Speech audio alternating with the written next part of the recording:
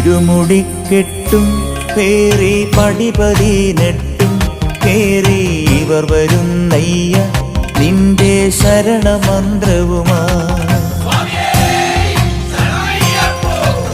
നട തുറന്നയ്യ ദർശന സുഹൃതമേകണമേ നിന്റെ മിഴി തുറന്നയ്യ കനിവിൻ അമൃതു ചൊരിയണമേ.